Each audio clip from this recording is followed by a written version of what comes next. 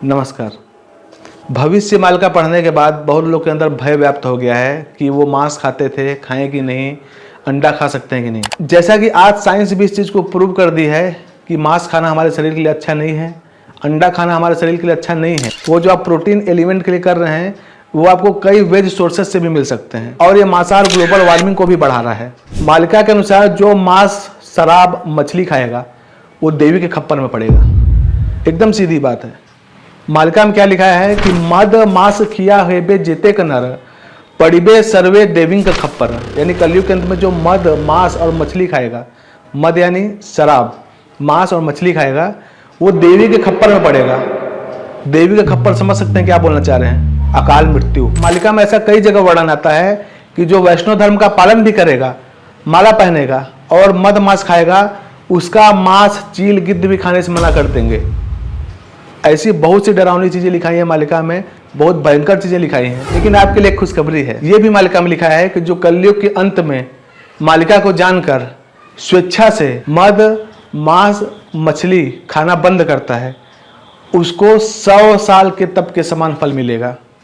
मालिका क्या बोलती है? मांस माछ जे मद्य पान ए नु है मनुष्य भोजन, और मांस माछ मद्य जे करई वर्जन सत संवत्सर तप सहित समान।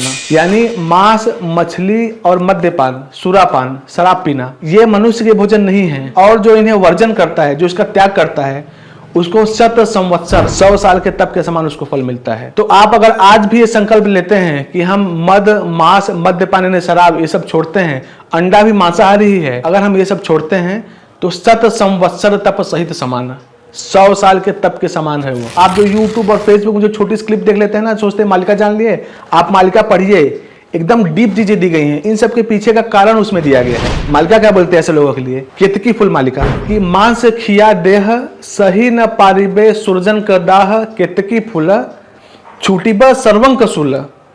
यानी जो मांस खाने वाला देह है, जो शरीर है मांस खाने वाला, वो सूर्य के दाह, सूर्य की गर्मी को नहीं सह पाएगा और सबके प्राण छूट जाएंगे। तो मालिका बार बार आपको वार्न कर रही है कि आत्मा की शुद्धि होने से पहले शरीर का शोधन होना जरूरी है, मन का शोधन होना जरूरी है। शरीर का शोधन कैसे होगा? मांस, सुरापान, अंडा, कोई भी आमिष चीजें आप त्याग दें। अभी भी समय है, जब तक मालिका का प्रचार हो रहा है अभी भी समय है। सब चीज त्याग दें, प्रभु की शरण में आए, त्रि संध्या करें, माधव नाम जपें, श्रीमद् भागवत महापुराण का पाठ करें, अवश्य बचाव संभव है। आज साइंस भी बोल रही है कि जितना पानी शाकाहार को प्रोड्यूस करने में लगता है, उससे कई गुना अधिक पानी मांसाहार को प्रोड्यूस करने में लगता है। लोग बोलते हैं हम नहीं खाएंगे तो उनकी जनसंख्या बढ़ जाएगी। आप थोड़ा दिमाग लगाइए, उनकी जनसंख्या इतने युग में तो नहीं बढ़ी। अभी आपके केवल खाने के लिए उनका संवर्धन किया जा रहा है, उनका रिप्रोडक्शन किया जा रहा है, उनको पाला जा रहा है, क्योंकि आपका जीभ का स्वाद हो सके। तो ये जीभ का स्वाद जान लेके मानेगा सबका। वो पैदा हो नहीं रहे, हम उनको पैदा करवा रहे हैं। आर्टिफिशियल इंसेमिनेशन होता है मुर्गों का, आर्टिफिशियल इंसेमिनेशन होता है गाय भैंसों का। 30 करोड़ की पॉपुलेशन हो गई है पूरे भारत में, सबसे ज्यादा गाय भैंसों की पॉपुलेशन है। वो नेचुरल तो है नहीं।